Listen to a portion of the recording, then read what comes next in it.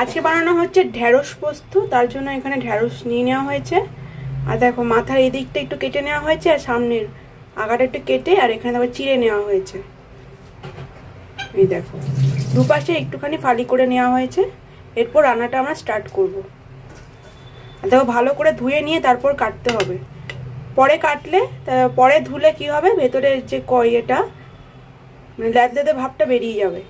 চলো এবার স্টার্ট করি। এখন কড়ায় সর্ষের তেল দেওয়া হচ্ছে।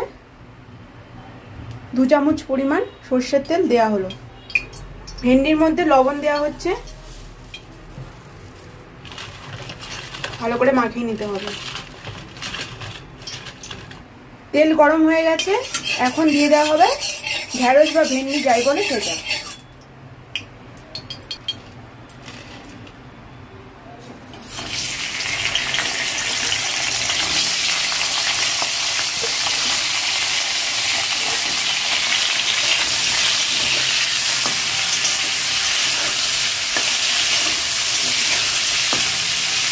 তো এখন ঢেকে রাখা হবে, হালকা আছে ততক্ষণ না সিদ্ধ হচ্ছে। তো মোটামুটি দেখো ভাজা হয়ে গেছে। তো খুব কড়া করে ভাজার দরকার নেই, তাহলে শক্ত হয়ে যাবে।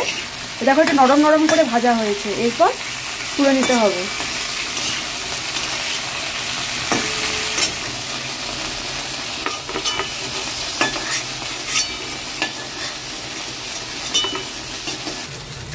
দেখো মোটামুটি ভাজাটা হয়ে গেছে, এবার আমরা মেন রান্নায় চলে যাচ্ছি।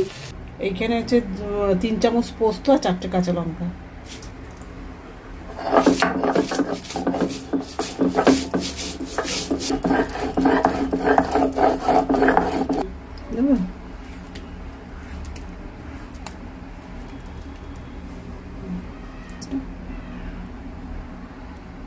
আরেকবার তেল অ্যাড করা হচ্ছে,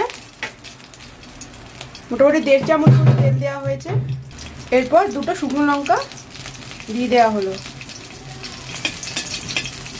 মোটামুটি করে ভাজা হচ্ছে। এরপর 1/2 চামচ মতো পাঁচফোড়ন দেওয়া হলো।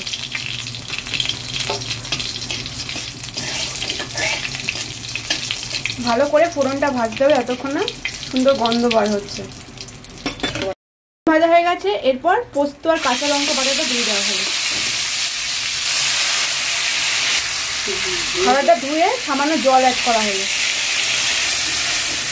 নাড়ি চাড়িয়ে নেওয়া হচ্ছে।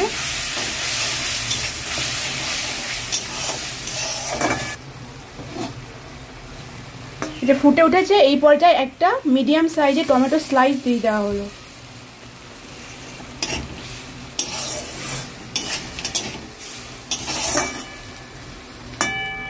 স্বাদ মতো লবণ দিয়ে দেওয়া হচ্ছে।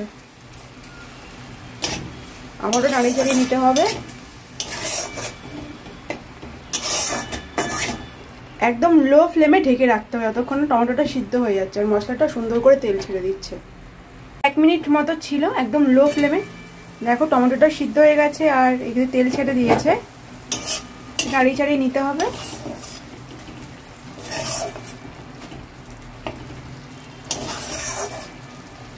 এরপর যে ভেন্ডি, সেটা মানে ফ্রাইড ভেন্ডি যেটা ছিল সেটা দিয়ে দিচ্ছে মশলার মধ্যে। যে এক্সেস তেলটা ছিল এটা জল দিয়ে ধুয়ে দিয়ে দিচ্ছে।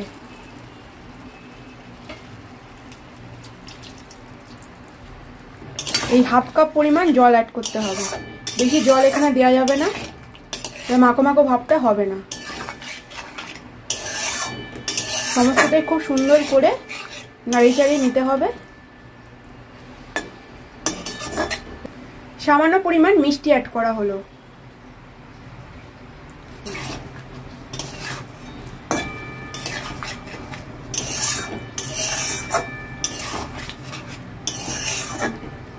কয়েকটা গোটা কাঁচা লঙ্কা দিয়ে দেওয়া হচ্ছে। আর এরপর ঝোলটা ফুটে উঠেছে, এরপর ঢেকে রাখা হবে। সমস্তটাই হয়ে গেলে আবারও আসছি। আবারও 1 মিনিট পর চলে আসলাম। দেখো তেলটা উঠে গেছে, গাঢ় হয়ে এসেছে। এই পর্যায়ে একটু কাঁচা তেল দিতে হবে জাস্ট গন্ধটা বাড়ানোর জন্য, আর সুন্দর একটা ফ্লেভার অ্যাড করবে এই কাঁচা তেল। প্রায় 1 চামচের কম, একটু মানে 1/2 চামচের একটু বেশি কাঁচা তেল অ্যাড করা হলো। দেখো কতটা সুন্দর লাগছে। একদম রেডি হয়ে গেছে খাওয়ার জন্য। গরম গরম সার্ভ করে দিতে হবে। তেল উঠে গেছে আর একদম রেডি হয়ে গেছে, এবার সার্ভ করে দেওয়া হবে।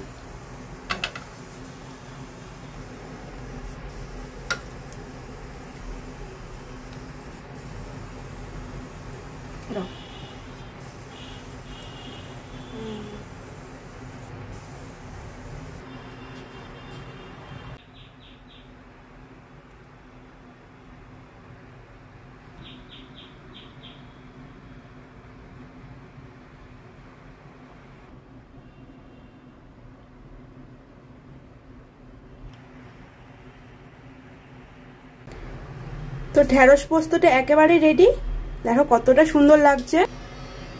তো বাড়িতে অবশ্যই তৈরি করো, আর এই ঢেঁড়স পোস্ত ভাতের সাথে খাও, খুব ভালো লাগে খেতে। তো কমেন্ট করে অবশ্যই জানিও কেমন লাগলো ভিডিওটা। ভালো লাগলে লাইক শেয়ার ফলো এবং সাবস্ক্রাইব করো।